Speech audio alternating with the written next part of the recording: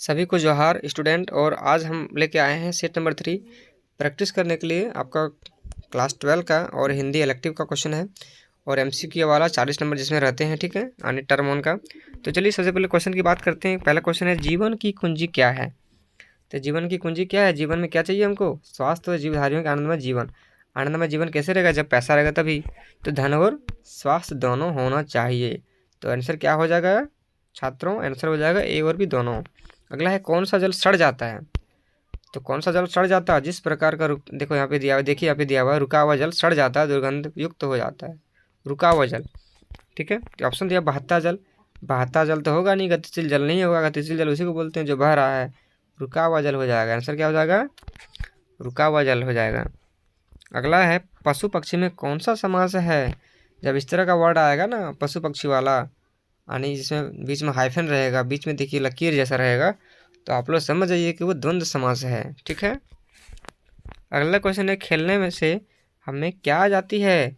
तो खेलने से हमें क्या आ जाती है, तो आ जाती है नया प्राणावेग, नई स्फूर्ति, नई चेतना, सब आ जाती है। आंसर हो जाएगा ये सभी। अगला है, प्रस्तुत काव्यांश में कौन किसे ललकार रहा है। कौन किसे ललकार रहा है, तो यहाँ पे देख सकते हैं कि कौन किसे ललकार रहा है। तो यहाँ पे देखिए, खोल सीना बांध कर मुट्ठी कड़ी, मैं खड़ा ललकारता हूँ ओ नियति तू सुन रही है, मैं खड़ा तुमको स्वयं ललकारता हूँ, हाँ वही मैं जो कि कल तक कह रहा था, तुम ही सर्वस्व मेरी और यह जीवन तुम्हारी कृपा करुणा का भिखारी, दान दो संजीवनी का, याद मृत्यु का स्वीकार है, विनित सी स्वर मंद कंठित ओष्ठ कंपित ओष्ठ।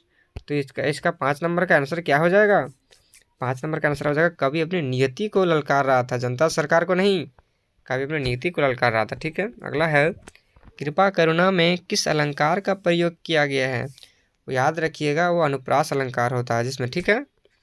अगला है, पहले यानी कल तक कवि था, ठीक है। तो इसका आंसर क्या हो जाएगा, भाग्यवादी था कल तक वो कवि, ठीक है।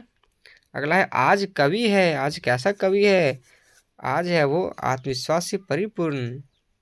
एक ऑप्शन दिया हुआ आत्मविश्वास रहित, रहित का मतलब होता है आत्मविश्वास नहीं होना, ठीक है। तो आत्मविश्वास से परिपूर्ण मतलब आत्मविश्वास भर गया उसमें। अगला है, निम्न में से कौन संचार का एक प्रकार नहीं है। तो संचार का प्रकार एक कौन सा नहीं है, जनसंचार तो एक प्रकार के टीवी वगैरह इसमें आ जाते हैं। सांकेतिक संचार ये भी एक प्रकार जनसंचार का ही उदाहरण है, और समूह संचार ये भी एक प्रकार का जनसंचार का उदाहरण है। तो संपादन ये क्या है, जनसंचार का उदाहरण नहीं है। आंसर क्या हो जाएगा, सी नंबर हो जाएगा। संचार का सबसे बुनियादी रूप है, और संचार का सबसे बुनियादी रूप क्या है, अंतः व्यक्तित्व संचार। अगला है, जनसंचार का प्रमुख कार्य क्या है, यानी जनसंचार का प्रमुख कार्य क्या है, सूचना देना। ये तो देता ही है, देता यानी सूचना भी देता है, शिक्षित भी करता है, मनोरंजन भी देता है। तो आंसर क्या हो जाएगा, आंसर हो जाएगा डी नंबर, ठीक है। अगला है, जनसंचार का सर्वाधिक लोकप्रिय माध्यम किसे माना जाता है। तो जनसंचार का सर्वाधिक लोकप्रिय माना किसे माना जाता है, तो वो माना जाता है टीवी को, ठीक है। यानी उसमें हम लोग वीडियो वगैरह देख कर, यानी टीवी में चलता भी है, दिखता भी है। अगला है, भारत में सर्वप्रथम अखबार कब छपा हुआ था। तो 1780 ईस्वी में छपा हुआ था। अगला है, भारत में पहली मूक फिल्म बनाने का श्रेय किसे दिया जाता है। वो दिया जाता है दादा साहब फाल्के को, ठीक है। अगला है, छापा खाना से निम्न संबंधित निम्न में से सही जोड़ा कौन सा है। तो वो है 1956 गोवा, यानी ए नंबर हो जाएगा। अगला है, फीचर से संबंधित निम्न में से कौन सा कथन सही नहीं है। तो फीचर से संबंधित कौन सा कथन सही नहीं है, वो है फीचर लेखन का एक तय ढांचा या फार्मूला होता है, ठीक है। ये सही नहीं है, यानी इस तरह का फीचर लेखन में नहीं होता है। अगला है, निम्न में से किसे किसी समाचार पत्र की आवाज़ माना जाता है। फीचर, आलेख, संपादन, संपादकीय। तो हो जाएगा संपादकीय, ठीक है। अगला है, आलेख लिखते समय किस बात का ध्यान रखना चाहिए। आलेख लिखते समय संबंधित विषय से जुड़े आंकड़ों या उदाहरणों का संग्रह हो, ये भी होना चाहिए। लेखन से पूर्व विषय वस्तु का विश्लेषण लिया जाना चाहिए, ये भी होना चाहिए। यानी आंसर हो जाएगा ए और बी दोनों। अगला है, प्रस्तुत पंक्तियाँ किस पाठ से ली गई है। तो यहाँ पे दिया हुआ है, जैसे बहनदा कहती है, ऐसे किसी बंगले के किसी तरु पर कोई चिड़िया कऊ की, चलती सड़क के किनारे लाल बजरी पर चुरमुराए पांव तले, ऊंचे तरवर से गिरे बड़े बड़े पियराए पत्ते। कोई 6 बजे सुबह जैसे गर्म पानी से नहाई हो, खिली हुई हवा आई, फिर किसी आई चली गई। तो ये पढ़ करके ही हमें लग रहा है कि आंसर हो जाएगा वसंत आया। ठीक है, वसंत आया एक कविता से लिया गया है। अगला, खिली हुई हवा आई, फिर किसी आई चली गई, निम्न में से कौन सा अलंकार है? ये हो जाएगा आपका अनुप्रास अलंकार। ठीक है। अगला है, चिड़िया के कुहकने की आवाज कहाँ से आ रही थी? वो आ रही थी बंगले से।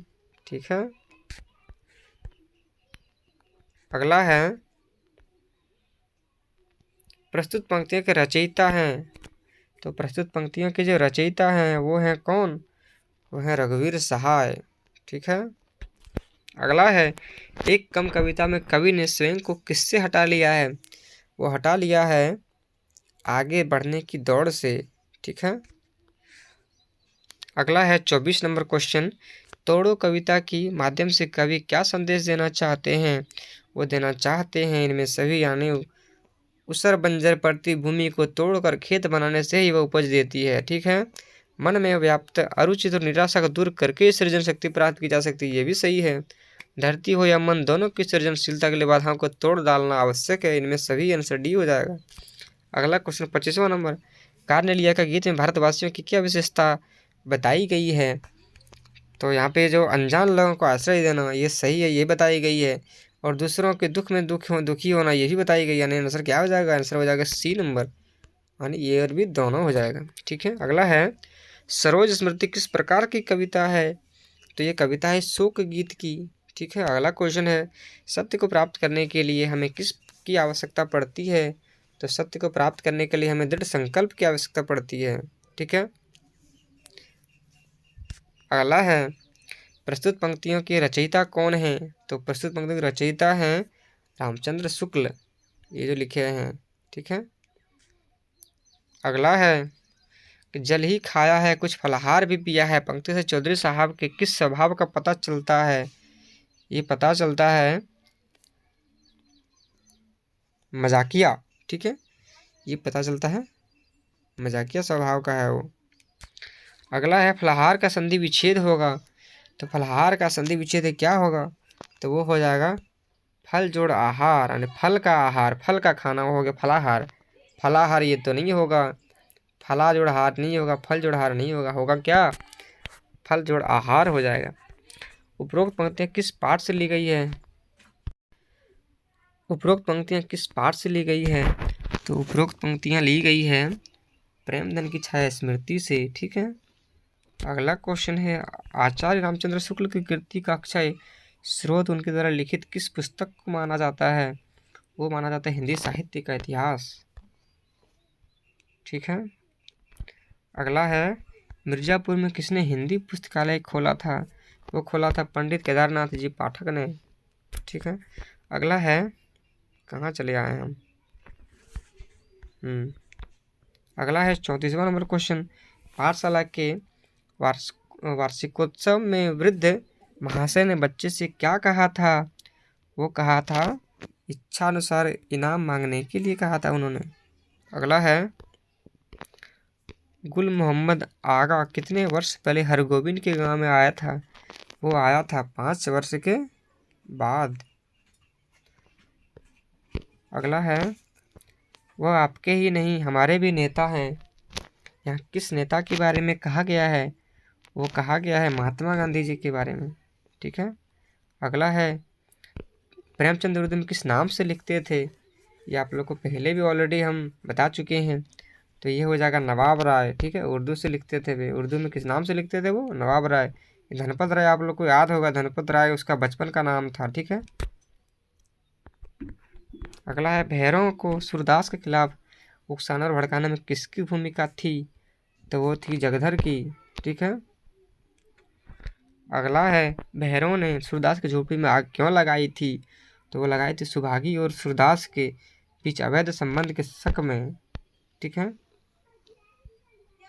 अगला है, सूरदास को किस बात का दुख था? वो दुख था उन्हें रुपयों की पोटली खो जाने का। ठीक है। यानी 40 क्वेश्चन आपका सेट 3 भी कंप्लीट हो गया है। अब चलिए आप लोगों को फिर मिलते हैं आप लोगों से सेट 4 में। चलिए धन्यवाद।